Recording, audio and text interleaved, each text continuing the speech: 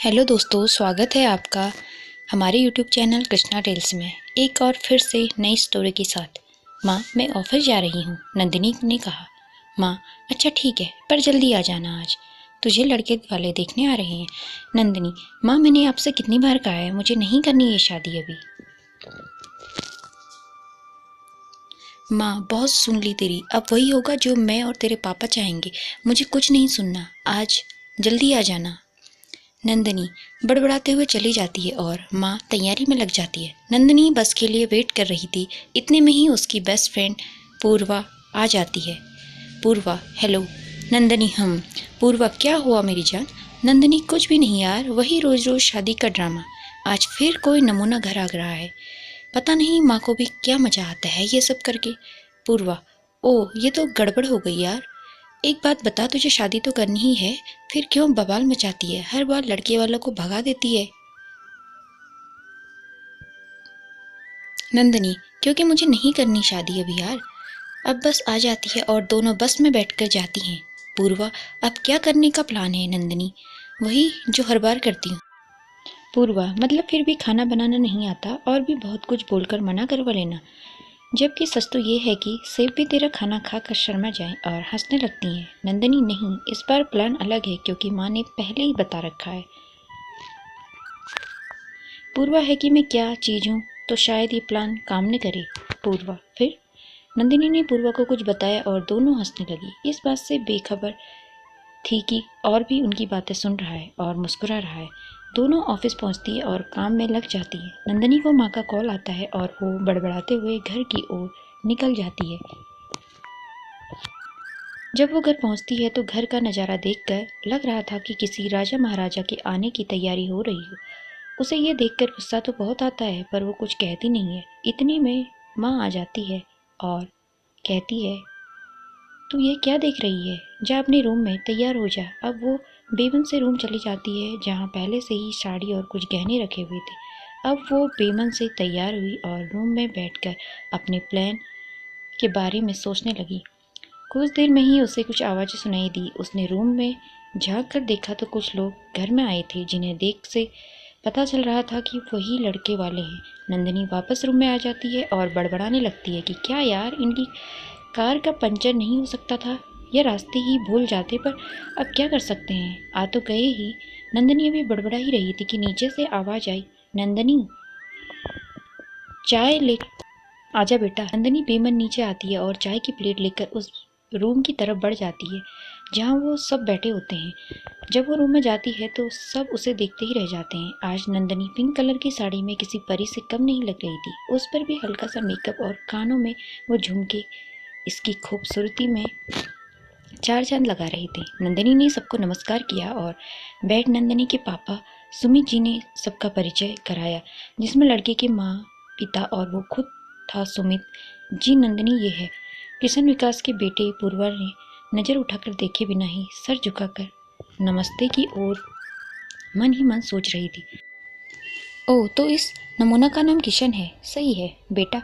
अब तो देख मेरा कमाल, शादी तो क्या तू दोस्ती भी नहीं करेगा मुझसे। और ये सोचकर वो मन ही मन खुश थी, पर ये खुशी तो कुछ देर की ही थी, क्योंकि एक सच से तो यह वह भी अभी अनजान थी। खैर, नंदिनी से कुछ सवाल किए गए, फिर किशन की माँ ने कहने पर उन्होंने अकेले बात करने के लिए नंदिनी के रूम में भेज पूर्वा गया तो ऊपर थी। नंदिनी किशन को लेकर रूम में आई। किशन रूम देखता ही रह गया। वो रूम खुद में एक अलग ही दुनिया थी, जहाँ नंदिनी की पसंद की हर चीज़ बड़े सलीके से सजी हुई रहती थी। जब किशन को ऐसे देखा तो नंदिनी ने हल्की आवाज़ में कहा, बैठे। किशन, ओ सॉरी।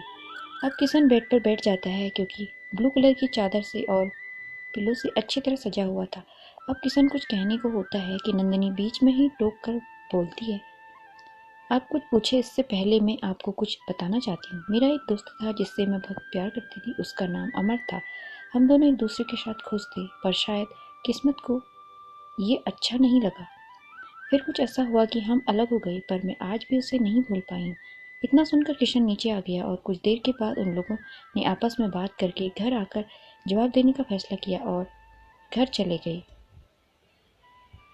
अब नंदिनी के लग रहा था कि नमूना किशन नहीं करेगा और न वो निश्चिंत भी शाम से किशन के घर से फ़ोन आया। नंदिनी के पापा ने खुश होकर सबको बात कर रहे थे कि किशन को हमारी नंदिनी बहुत पसंद है, वह अगले हफ्ते सगाई फिर शादी भी जल्दी करेंगे। ये सुनकर सब खुश थे सिवाय नंदिनी के, क्योंकि वो तो अभी ये सोच रही थी कि ये हुआ कैसे, उसका प्लान कैसे हो सकता है और कोई भी इतना सब जानने के बाद भी शादी के लिए हाँ कैसे कर सकता है। नंदिनी अपने रूम में गई और पूर्वा को फ़ोन किया। पूर्वा, क्या हुआ मेरी जान? नंदिनी, यहाँ मेरी जान खतरे में है और तुझको मजाक सूझ रहा है। पूर्वा, क्या हुआ नंदिनी, तू ठीक तो है ना? नंदिनी, यार सारी मेहनत पानी में गई। उस नमूना ने तो शादी के लिए हाँ बोल दिया। पूर्वा, क्या? कौन नमूना, क्या बोल रही है? नंदिनी, वही गधा जो आज मुझे देखने आया था। पूर्वा, पर तूने तो प्लान किया था, उसका क्या हुआ? नंदिनी, वही तो समझ नहीं आ रहा है कि उसने ये क्यों किया। पूर्वा, शायद तू उसे पसंद हो। नंदिनी, पर तू जानती है ना मुझे शादी नहीं करनी। पूर्वा, तो अब क्या करेगी तू नंदिनी? वही सोचना है, चल मैं बाद में बात करती हूँ। पूर्वा, ओके। नंदिनी अभी भी यही सोच रही थी कि उस नमूना ने हाँ कैसे कर दी। तो इधर किशन आज पूरे दिन में जो हुआ उसके बारे में सोच रहा था। कैसे उसकी कार खराब हुई और वो बस से ऑफिस जा रहा था तो बस एक स्टॉप पर रुकी, जहाँ से दो लड़कियां बस में बैठी, जिसमें से एक को देखकर किशन उसे देखता रह गया था। वह जब वो दोनों उसी की ओर आगे सीट पर किशन ने चाहते हुए भी देख रहा था, पर जब उसका ध्यान उनकी बातों पर गया तो वो बिना मुस्कुराए रह नहीं सका और किशन को पहली नज़र में ही उससे प्यार हो गया था। पर जब शाम को घर पहुंचे तो पता चला कि वो लड़की देखने जा रहा है। किशन सोचकर तो गया था कि इस रिश्ते के लिए न कर देगा, पर जब वो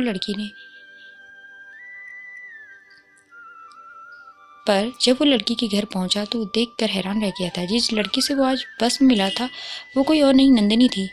ये सब इत्तेफाक था या ऊपर वाले की साजिश, ये तो बताना मुश्किल था। और ये सब सोचते हुए किशन खुशी से सो जाता है, पर नंदिनी की आंखों से तो नींद ही गायब हो जाती है। उसने अब किशन से मिलने का फैसला किया और पापा की फ़ोन से किशन का नंबर निकाला। सुबह ऑफिस पहुंचकर उसे कॉल करके मिले बुलाया। किशन इससे बिल्कुल हैरान नहीं था, वो जाता था नंदिनी ऐसा कुछ नहीं कहेगी। अब नंदिनी हाफ डे लेकर किशन से मिलने पहुंची, जो कि एक पार्क में पहले से ही उसका इंतजार कर रहा था। अब तक उस अपनी पड़ाकी नंदिनी किशन से मिलने पार्क पहुंच जाती है। अब आगे नंदिनी के पार्क में पहुंची जहां किशन पहले से उसका इंतजार कर रहा था। नंदिनी किशन के पास पहुंचकर, तुमने शादी के लिए हाँ क्यों कहा है? दिमाग खराब हो गया है तुम्हारा, ये जानते हुए कि मैं किसी और से प्यार करती हूँ? तुमने शादी के लिए हाँ बोल। पूर्वा, किशन क्या बात है, मैडम ने हाय न हेलो, सीधा मुद्दे पर। चलो अब तुम मुद्दे पर आ ही गई हो तो ठीक है, मैं तुम्हें बात बता दूं कि मुझे आप पसंद है। और रही बात आपके किसी और को पसंद करने की, तो आप उसे प्यार करती थी, अब वो आपकी ज़िंदगी में नहीं है, सिर्फ यादों में है, तो कोई वजह ही नहीं है मैं रिश्ते के लिए मना कर दूं। और मेरी माँ पापा को भी आप बहुत पसंद है। हाँ अगर आप चाहें तो ज़रूर मना कर सकते हैं। नंदिनी नंदिनी ऐसा नहीं हो सकता, मैं इस शादी के लिए मना नहीं कर पाऊंगी, प्लीज़ तुम मना कर दो किशन। किशन अगर आप पहले कहती तो मैं सोचता भी, पर अब मैं हाँ कर चुका हूँ, सो मैं पीछे नहीं हट सकता, सॉरी। नंदिनी, क्यों तुम कोई हरिश्चंद्र हो? जो कहा पूर्वा तो करना ही है, एक ना करने में क्या जा रहा है तुम्हारा?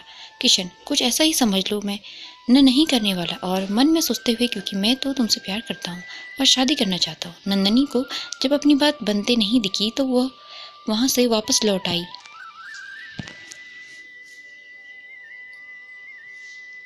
अब उसने पूर्वा को कॉल किया। पूर्वा, क्या हुआ मेरी जान, आपको हमारी याद कैसे आई? अपने किशन से फुर्सत मिल गई? नंदिनी, गुस्से से नाम मत ले, उस गधे का, पागल इंसान है, कितना कितना समझाए पर शादी के लिए न करने के लिए वो मानता ही नहीं है। एक बार हाँ कर दी तो कर दी, आया बड़ा हरिश्चंद्र। नहीं, खुद तो समझता क्या है, सलमान खान है क्या जो एक बार कमिटमेंट कर दी तो किसी की नहीं सुनेगा? पागल इंसान, नमूना कहीं का। पूर्वा, क्या बात है मैडम, लगता है आपसे उससे प्यार हो गया है, इसलिए वो आपको न नहीं कह रहा है। नंदिनी, हो गया तेरा या अभी बाकी है? आज्ञा हो तो अब मैं कुछ बोलूं? पूर्वा, बोल, पर शादी तोड़ने के प्लान के अलावा कुछ भी, क्योंकि मुझे तेरी मम्मी के हाथों मना नहीं है, सो जो भी बोल सोच समझ कर बोलना। नंदिनी, क्या है यार, तू क्यों डरती है मेरी माँ से इतना? पूर्वा, क्योंकि मुझे पता है ना कि वो तेरी माँ है। अब जिसकी बेटी का गुस्सा 7वें आसमान पर रहता है हो सको माँ से पंगा लेना मेरे जैसे सीधे साधे लोगों के बस का नहीं है। मुझे माफ कर। वैसे तो नंदिनी के लिए पूर्वा की जान ही भी हाजिर थी, पर जब बात उसकी माँ की आती थी तो पूर्वा को नंदिनी का वो गुस्से वाला रूप याद आ जाता था जब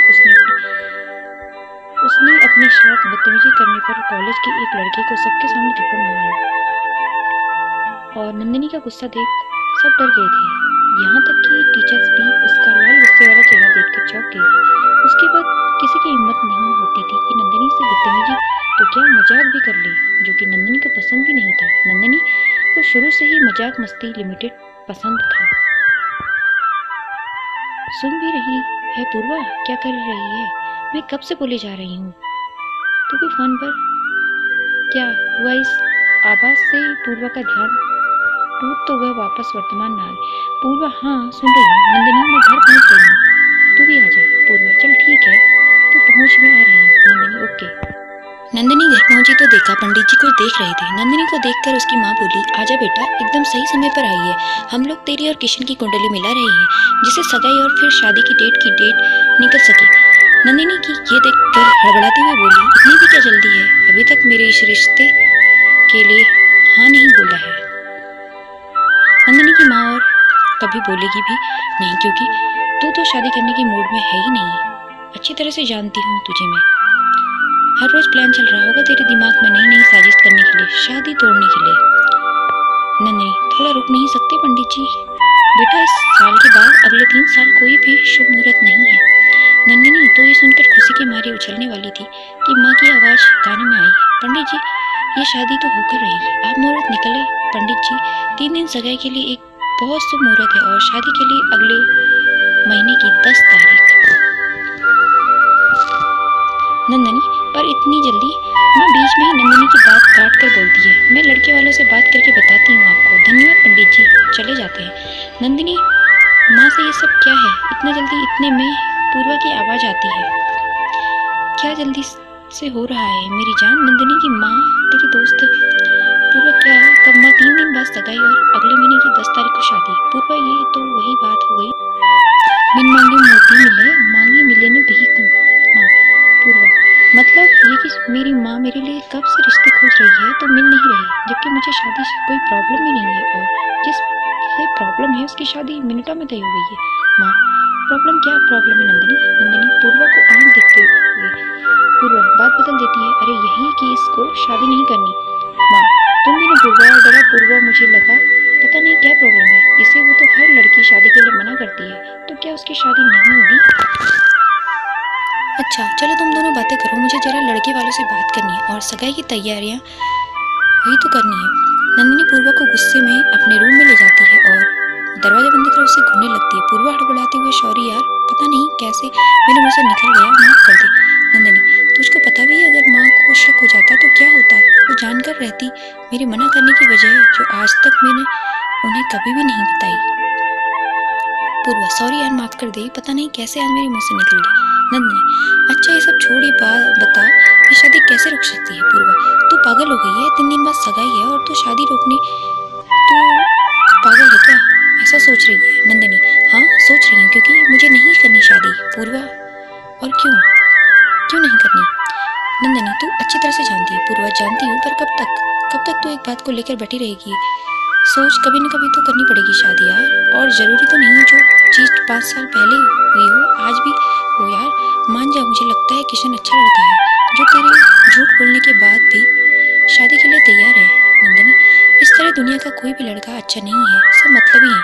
पूर्वा, तो ये बात तेरे पापा पर भी लागू होती है क्या? वो भी? नंदिनी, बस कर, मेरे पापा ऐसे नहीं है, वो तो दुनिया के सबसे अच्छे इंसान है। पूर्वा, जानती हूँ, इसीलिए कह रही हूँ, अगर वो लड़के को पसंद कर रही है तो जरूर उसमें कोई तो खास बात होगी, वरना वो अपनी परी को ऐसे ही किसी के हवाले नहीं कर सकते। नंदिनी, वो सब तो ठीक है, पर ये बता तू मेरी हेल्प कर रही है या नहीं?